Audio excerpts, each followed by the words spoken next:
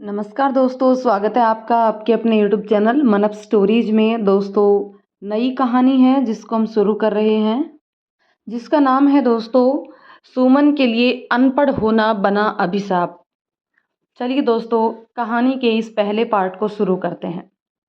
अमरपुर, यह राजस्थान का एकदम ग्रामीण अंचल और शहर से काफ़ी दूर बसा हुआ 100 किलोमीटर के दायरे में इसके कोई शहर नहीं। गांव से बाहर जाने के लिए पूरे दिन में कोई 1 या 2 बार टेम्पो चलता है। आज भी बस एक बस ही चलती है, सुबह 5:45। उसके बाद कोई साधन नहीं। अगर कहीं जाना है तो या तो पैदल जाओ या फिर पर्सनल व्हीकल से। इस गांव में अभी अभी वर्तमान में सिर्फ एक मिडिल स्कूल है। पहले के समय में सिर्फ एक ही प्राइमरी स्कूल हुआ करता था, जहाँ पर शिक्षित और संभ्रांत परिवार के बच्चे ही पढ़ते थे। नहीं तो गांव के लोगों का शिक्षा से कोई वास्ता नहीं था। गांव के लोगों का प्रमुख काम सुबह से शाम तक मेहनत मजदूरी करना, लकड़ियां इकट्ठा करना, खेती करना, जानवर पालना, उन्हें चराने ले जाना, उनकी यही दिनचर्या थी। स्कूल जाना, पढ़ना लिखना, इन सब के बारे में तो जैसे कोई उन सबको सरोकार ही नहीं था। गांव के लोग अपने बच्चों को भी बहुत कम ही स्कूल भेजते थे। अगर स्कूल जाते थे तो सिर्फ लड़के। वे सिर्फ अपने लड़कों को ही स्कूल भेजते थे, लड़कियों को स्कूल नहीं भेजते थे। लड़कियां घर का काम करती थी। धीरे धीरे समय के साथ गांव में भी थोड़ा विकास हुआ। इस वजह से इस गांव से 5 किलोमीटर दूर एक हाई स्कूल भी खुल गया था, जहां अब जागरूक लोग अपने लड़कों को पढ़ने के लिए भेज देते थे। कहानी उस समय की है जब बालिका शिक्षा पर जोर नहीं दिया गया था। गांव के लोग अपनी लड़कियों को बिल्कुल भी स्कूल नहीं भेजते थे और घर के काम करवाते थे। अगर किसी के घर की लड़की स्कूल जाती तो हफ्ते में केवल 1 या 2 दिन, फिर महीनों तक स्कूल जाती ही नहीं थी। सुमन, जिसकी उम्र आज के दिन 40 वर्ष है, सामान्य कद काठी की एक अनपढ़ महिला है। गांव के पहनावे के हिसाब से वह हमेशा घाघरा चोली ही पहनती है।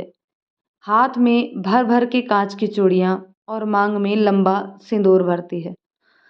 सुमन की शादी दूसरे गांव के एक सामान्य कृषक परिवार में लगभग 20 साल पहले हुई थी। उसके पति का नाम सुभाष है। सुभाष हमेशा धोती या फिर पैजामा और कुर्ता पहनते थे। कभी अगर कहीं जाना हो तो ही पैंट शर्ट पहनते थे। सुमन बिल्कुल भी पढ़ी लिखी नहीं थी। वह कभी भी स्कूल नहीं गई थी। उसे अक्षर ज्ञान भी नहीं था। लेकिन अनपढ़ लोग भी रुपए पैसों के लेन देन कर लेते हैं। वह हिसाब किताब अपने मन से कर लेती थी। सुमन के माता पिता ने उसका रिश्ता एक अच्छा सा लड़का देखकर करवा दिया और फिर उसकी शादी भी करवा दी। अब सुमन अपने ससुराल आ गई। ससुराल में उनके भरा पूरा परिवार था, जिसमें उसके सास ससुर थे, 2 देवर थे, 2 ननद थी। शोभा घर की सबसे बड़ी बहू थी। सुमन के पति थोड़े बहुत पढ़े लिखे थे और दोनों देवर छोटे थे, दोनों पढ़ रहे थे। उनके पति के बाद 2 ननद थी। एक की शादी उसकी शादी के साथ ही हुई थी। एक ननद घर में थी। वह प्राइमरी कक्षा तक पढ़कर पढ़ाई छोड़कर घर में अपनी माँ के काम में हाथ बटाती थी।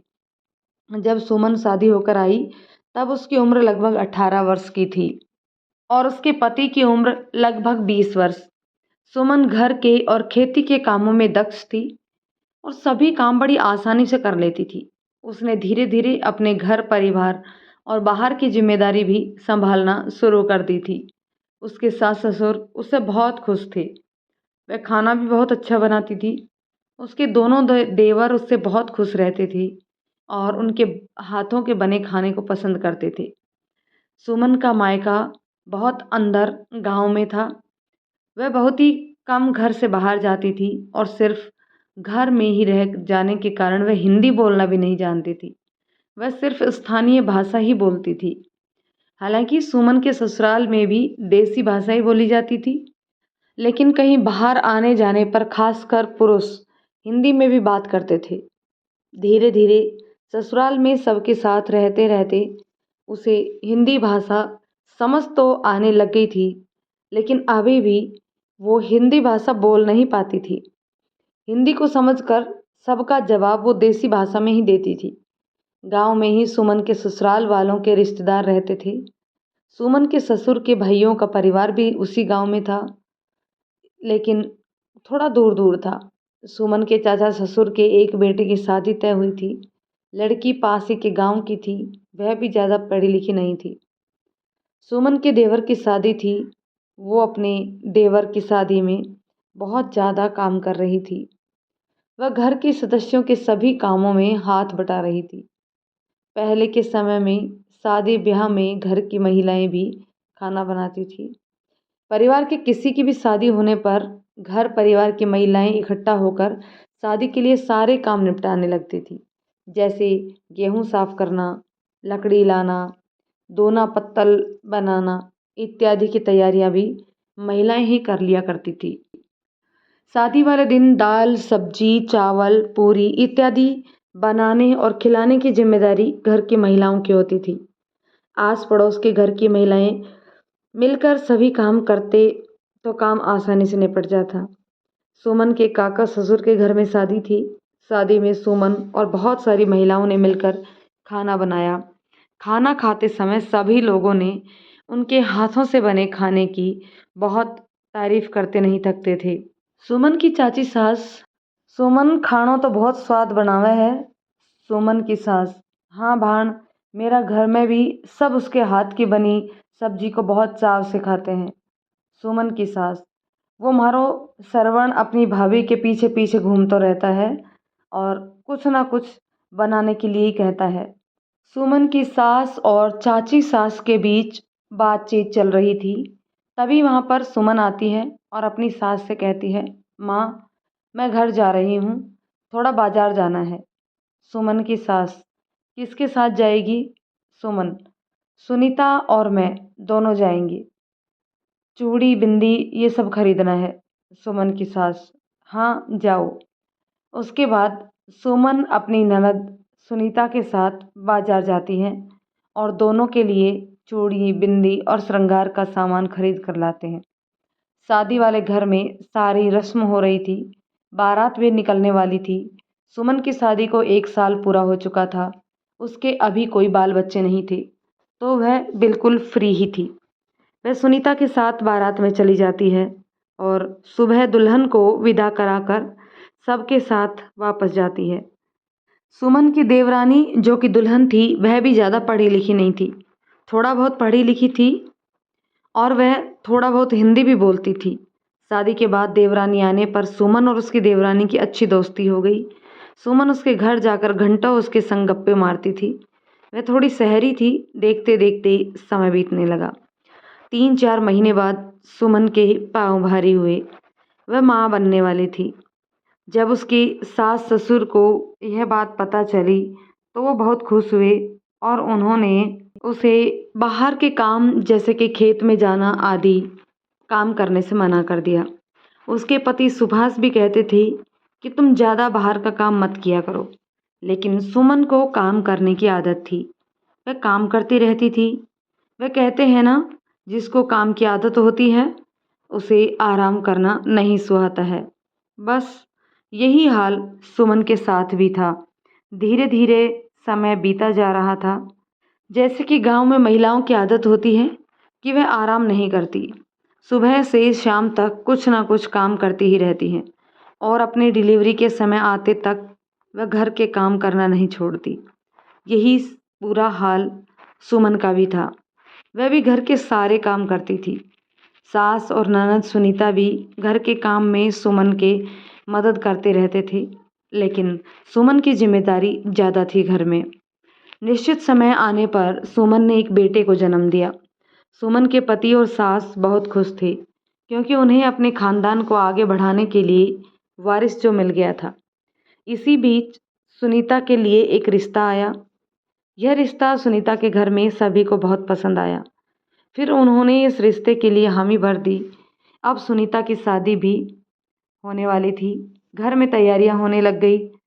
शादी की तैयारियां सुमन बेहतर तरीके से करवा रही थी। साथ ही खुद भी कर रही थी। सुमन अपनी ननद के लिए दहेज का सामान खरीदने के लिए भी उसके साथ जाती थी। सुमन के गांव से शहर काफ़ी दूर था। सुमन बाजार बहुत कम गई थी, लेकिन घर में अपनी ननद की शादी की खरीदारी के सिलसिले में उसे शहर जाना पड़ा। सुमन, सुनीता और अपने पति सुभाष के साथ शादी की खरीदारी करने के लिए शहर में गई थी। शहर की भीड़-भाड़ और चकाचौंध से वह थोड़ा घबरा भी रही थी। वह अपने पति का हाथ पकड़कर ही सड़क पार कर रही थी, लेकिन फिर उन तीनों ने मिलकर सुबह से शाम तक सुनीता के लिए कपड़े, गहने, बर्तन और भी बहुत सारी आवश्यकता का सामान खरीदा। साथ ही मेहमानों और रिश्तेदारों को देने के लिए कपड़े और शादी में लगने वाले सारे सामानों की अधिकांश खरीदारी भी एक ही दिन में उन्होंने कर ली थी। बाकी बचे पैसों को सुभाष ले आया करता। धीरे धीरे सुनीता की शादी का समय नज़दीक आ रहा था। घर में मेहमान आने लगे थे। सभी लोगों के खाने पीने की व्यवस्था और रहने की व्यवस्था सुमन करवा रही थी। साथ ही घर में अकेली बहू होने की वजह से सुमन और भी बहुत सारे काम करने में अकेली पड़ जाया करती थी। फिर भी वह पूरी कोशिश कर रही थी। शादी वाला दिन भी आ गया। घर मेहमानों से भरा हुआ था। साथ ही आसपास के करीबियों और पड़ोसियों का भी खाना पीना उन्हीं के घर में था। घर में काम करने के लिए बहुत सी महिलाएं थीं, लेकिन लेना देना और देख रेख के काम तो घर की महिलाओं को ही करना पड़ता है। तो सुमन भी यही कर रही थी। साथ ही उसका बच्चा भी अभी छोटा था। शादी में सुमन की बड़ी ननद संगीता भी आई हुई थी। वह भी अन्य कामों में सुमन का सहयोग कर रही थी। सुमन के चाचा ससुर की बहुएं भी साथ में मदद करने में लगी हुई थी। घर की महिलाएं काम करते हुए हंसी ठिठोली करते करते सारे काम आसानी से निपटा लेती थी। जैसे कि आज भी गाँवों में प्रथा है, शादी ब्याह होने पर या किसी भी प्रकार के कार्यक्रम होने पर वहाँ सभी लोगों को पंगत में बैठाकर खाना खिलाया जाता है। तो सुमन के घर में भी सुनीता की शादी में यही सब हो रहा था। इस वजह से काम और अधिक बढ़ जाता। तय समय में सुनीता की बारात आई और शुभ मुहूर्त में सुनीता की शादी अच्छे से संपन्न हुई और फिर सुनीता विदा होकर अपने ससुराल चली गई। अब घर में सुमन अकेली पड़ गई। सास भी ज़्यादा काम नहीं कर पाती थी। बाहरी खेत खलिहान के काम वह संभाल लेती थी। सुमन के दोनों देवर अभी छोटे थे। नीरज 13 साल का था और श्रवण 11 साल का था। उन दोनों को स्कूल भेजने और उनके सारे कामों की जिम्मेदारी अब सुमन के ऊपर ही आ गई थी। धीरे धीरे समय बीत रहा था।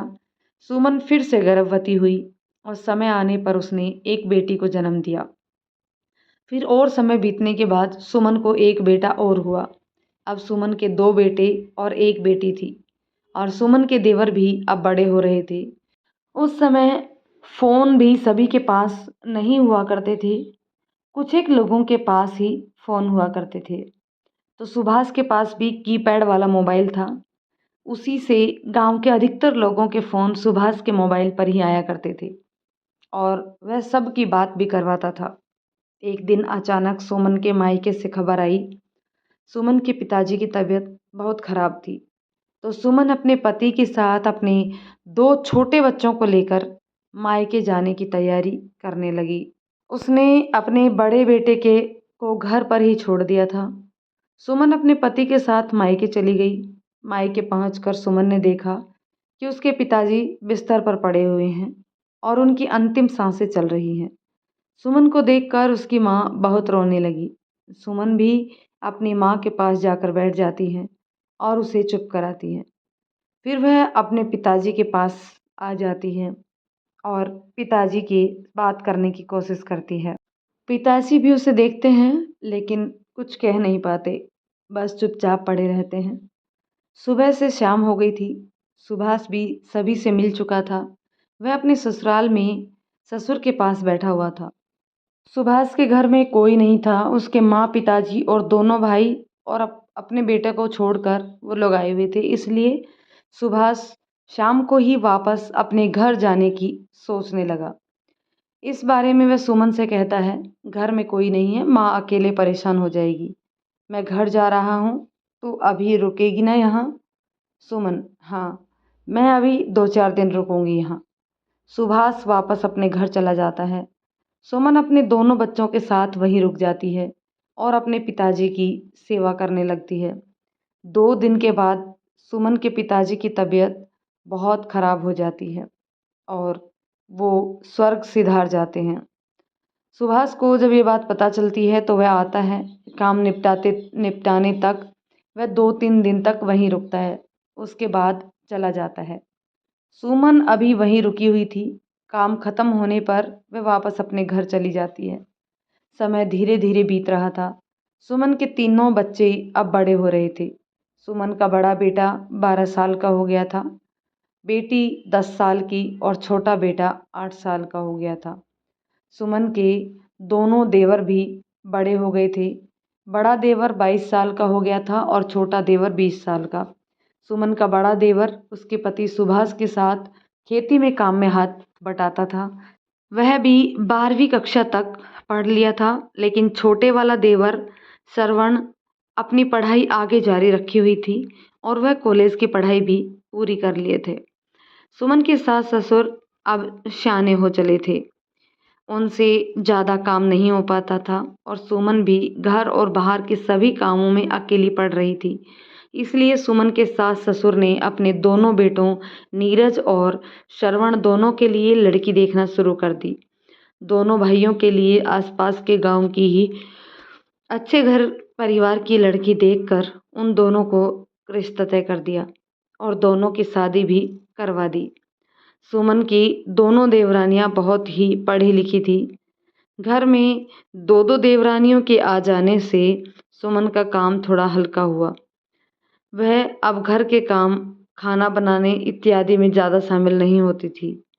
वह बाहर के खेत खलिहान के काम ज़्यादा देखती थी। सुमन के अपने बच्चे भी बड़े हो रहे थे। इसी बीच सुमन के छोटे देवर श्रवण की नौकरी लग गई और वह अपने परिवार के साथ नौकरी वाली जगह पर जाकर रहने लगा। अब उनके परिवार में सुमन का परिवार और उसके बड़े देवर का परिवार रहता था। उसके सास ससुर साथ में ही रहते थे। समय के साथ साथ सुमन के दोनों देवरों के परिवार भी बढ़ने लगे। दोनों देवरों के 2-2 बच्चे हो गए थे। सुमन की सास बीमार रहने लगी, वह बिस्तर में पड़ गई। सुमन अपनी सास की बहुत सेवा कर रही थी। साथ ही उसकी बड़ी देवरानी शोभा भी उसके काम में हाथ बटाती थी, लेकिन विधि के विधान के आगे किसी का बस नहीं चलता।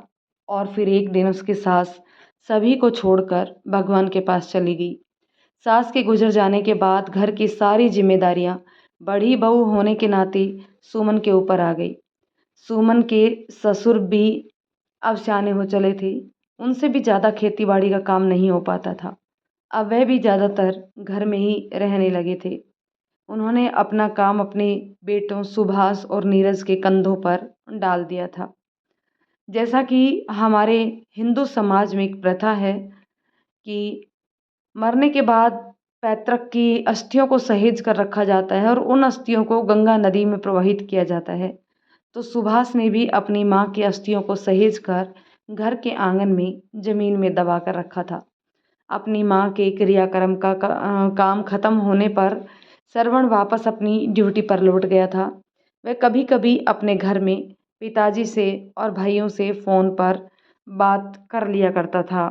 एक दिन सुभाष के मोबाइल पर फ़ोन आता है। सुभाष उस वक्त घर से बाहर था।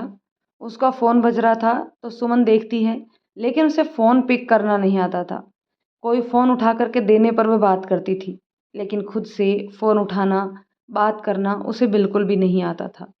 और उसने कभी इस चीज़ को सीखने की ज़रूरत भी नहीं समझी, क्योंकि उसे हमेशा यह लगता था कि सीखने की ज़रूरत नहीं है, क्योंकि घर में सभी रहते हैं, कोई ना कोई मदद तो कर ही देंगे। समय बीत रहा था। सुमन के बच्चे भी अब बड़े हो चले थे। बड़ा बेटा 12वीं तक की पढ़ाई पूरी कर चुका था। वह आगे पढ़ना नहीं चाहता था, क्योंकि उसे पढ़ाई में ज़्यादा रुचि नहीं थी। वह अपने पिताजी के साथ खेती के काम में हाथ बटाने लगा था। साथ ही उसने खाद बीज की शॉप भी खोल दी थी। सुमन की बेटी भी अभी पढ़ रही थी।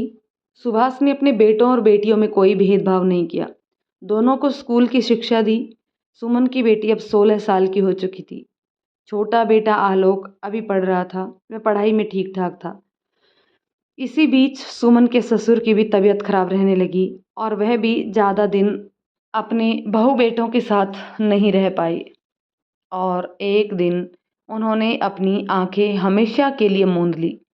घर के दोनों बुजुर्गों के चले जाने से सुमन और सुभाष बिल्कुल अकेले पड़ गए। उन्हें अपने माता पिता की बहुत याद आती थी।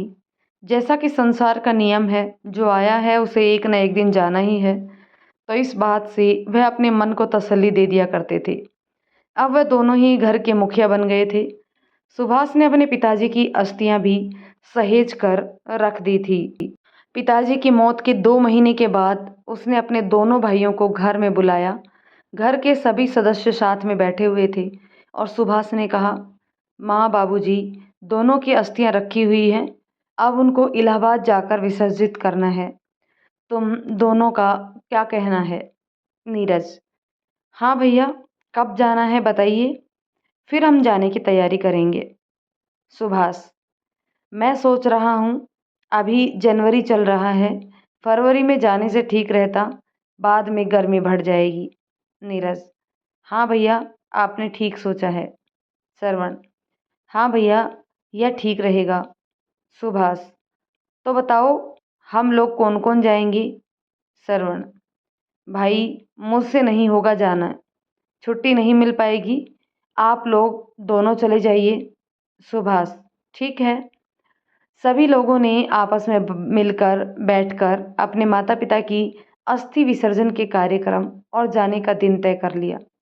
अस्थि विसर्जन जाने के लिए सुभाष के दोनों चचेरे भाई, एक भाभी, स्वयं सुभाष, उसकी पत्नी सुमन, सुभाष का छोटा भाई नीरज, सुभाष के छोटे भाई श्रवण की पत्नी नीलम और सुभाष की एक बहन संगीता भी जाने को तैयार थे। इतने लोगों के इलाहाबाद जाने के कार्यक्रम की स्वीकृति बनी।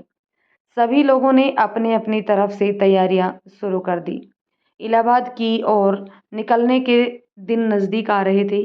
वापस आने पर घर में पूजा पाठ, कथा, पूजा और गंगा भोज इत्यादि की तैयारियां भी उन लोगों ने कर ली थी और सारी तैयारियां करके वे अपने माता पिता की अस्थियां लेकर सोमवार के दिन जाने वाले थे। तो रविवार के दिन ही सुभाष की दोनों बहनें संगीता और सुनीता अपने भाई के घर आ गई थी। दूसरे दिन सुबह 9 बजे के आसपास सभी लोग बस स्टैंड पर पहुंच गए। उनके गांव से बस स्टैंड की दूरी लगभग 5 किलोमीटर थी। बस स्टैंड से बस में बैठकर वो लोग रायपुर के लिए निकले। उनके गांव अमरपुर से दिल्ली की दूरी लगभग 150 किलोमीटर थी। वे लोग दोपहर में दिल्ली पहुंच गए और वहां पर उन लोगों ने दोपहर का खाना खाया और शाम को उनकी इलाहाबाद के लिए ट्रेन थी। ट्रेन से टिकट उन लोगों ने करवा ली थी। शाम की ट्रेन में बैठने पर वह लोग दूसरे दिन शाम तक इलाहाबाद पहुंच जाते हैं। इलाहाबाद पहुंचने पर वो लोग सबसे पहले वहां पर पंडित जी से मिलते हैं और दूसरे दिन अस्थि विसर्जन के कार्यक्रम के लिए पंडित जी से बात कर लेते हैं। वे लोग सभी लॉज में रुकने के लिए बुकिंग करवा लेते हैं। सभी लोग लॉज में आराम करते हैं और खाना वाना खाकर जल्दी से सो जाते हैं, क्योंकि सुबह उन्हें जल्दी उठना था और पूजा पाठ करवाकर अस्थि विसर्जन का कार्यक्रम करवाना था। आज सुमन की आंखों में नींद नहीं थी। वे लोग जब पहली बार घर से इतनी दूर आए थे और ट्रेन में बैठने का अनुभव तो सभी का लगभग पहला अनुभव ही था। फिर भी इतने सारे लोग एक साथ थे तो सभी एक दूसरे के सहारा बने हुए थे। सभी एक दूसरे के साथ ही थे, इसलिए उन्हें इस बात की ज़्यादा फिक्र नहीं थी। इधर घर में सुमन के तीनों बच्चे और नीरज की पत्नी और दोनों बच्चे घर पर ही थे। श्रवण अपने बच्चों के साथ शहर में था। श्रवण की बीवी नीलम भी सुमन के साथ आई थी। इलाहाबाद पहुंचने पर सुभाष ने घर में फ़ोन करके इतला दे दी कि हम लोग सकुशल पहुंच गए हैं और उन्होंने घर के परिवार के लोगों का भी कुशल क्षेम पूछ लिया था। इधर सभी महिलाएं एक ही कमरे में रुकी हुई थी। और सभी पुरुष दूसरे कमरे में रुके हुए थे। रात में बातचीत करते हुए वो सभी सो जाते हैं। अब सुबह जल्दी उठकर 8 बजे तक तैयार होकर वो लोग पंडित जी के साथ त्रिवेणी संगम में पहुंच जाते हैं और वहां पर अर्थी विसर्जन के लिए पूजा पाठ की तैयारियां शुरू करवाते हैं। लगभग 2 घंटे की पूजा पाठ के बाद सुभाष और नीरज दोनों ने मिलकर अपने माता और पिता दोनों की अस्थियों को गंगा नदी में प्रवाहित कर दिया और अपने माता पिता से अपने घर की सुख शांति और समृद्धि के लिए आशीर्वाद मांगते हैं। पूजा पाठ समाप्त होने के बाद सभी लोगों ने त्रिवेणी संगम में स्नान किया। उसके बाद वो लोग वापस लॉज में आते हैं और तैयार होकर खाना खाने के लिए होटल चले जाते हैं। खाना खाने के बाद शाम को वे लोग बिल्कुल फ्री थे, इसलिए उन सभी ने वहाँ पर एक टूरिस्ट बस बुकिंग करवाकर आसपास के स्थानों पर घूमने का प्लान बनाया। सुमन तो घर से पहली बार निकली थी, उसका तो आश्चर्य से ठिकाना ही नहीं था और उसे बहुत खुशी भी हो रही थी। एक प्रकार से डर भी लग रहा था। लोग साथ में थे तो डरने की वैसे कोई बात भी नहीं थी। दूसरे दिन वो लोग वहीं रुके हुए थे और आसपास के मंदिरों के दर्शन करते हैं और एक दिन और रुककर वापस आसपास के सभी क्षेत्रों और मंदिरों के दर्शन कर लेते हैं। उसके बाद फिर वो लोग ट्रेन में बैठकर वापस घर आने के लिए निकल पड़ते हैं। वापसी में सभी बहुत खुश थे। सभी लोगों ने अपने घर परिवार के लोगों के लिए बहुत सारा सामान खरीद कर ले लिया था। औरतों की खरीदारी तो कभी ख़त्म ही नहीं होती। उन लोगों ने भी बहुत सारे सामान खरीद लिए थे। दिन का समय था, ट्रेन खचाखच भरी हुई थी। वो लोग जनरल बोगी में बैठकर सफ़र कर रहे थे। सभी लोगों को एक ही बोगी में जगह मिल गई थी। वे निश्चित होकर आराम से बैठ जाते हैं और कुछ लोग तो सोने भी लगते हैं। कुछ देर बाद एक स्टेशन आता है, टापरी जंक्शन। वहाँ पर ट्रेन रुकती है। जैसे कि गांव के लोगों की आदत होती है कि वो लोग बार बार पाउडर वाले मंजन इत्यादि से बार बार मुंह साफ करते हैं, तो सुमन को भी यही आदत थी। दोस्तों, आगे की कहानी में जानेंगे कि सुमन के साथ ऐसा क्या घटित होता है। तो दोस्तों, कहानी आपको अभी तक कैसी लगी कमेंट करके बताइएगा। पसंद आए तो लाइक शेयर करें। चैनल पर नए हैं तो प्लीज़ चैनल को सब्सक्राइब ज़रूर कर लें। धन्यवाद दोस्तों।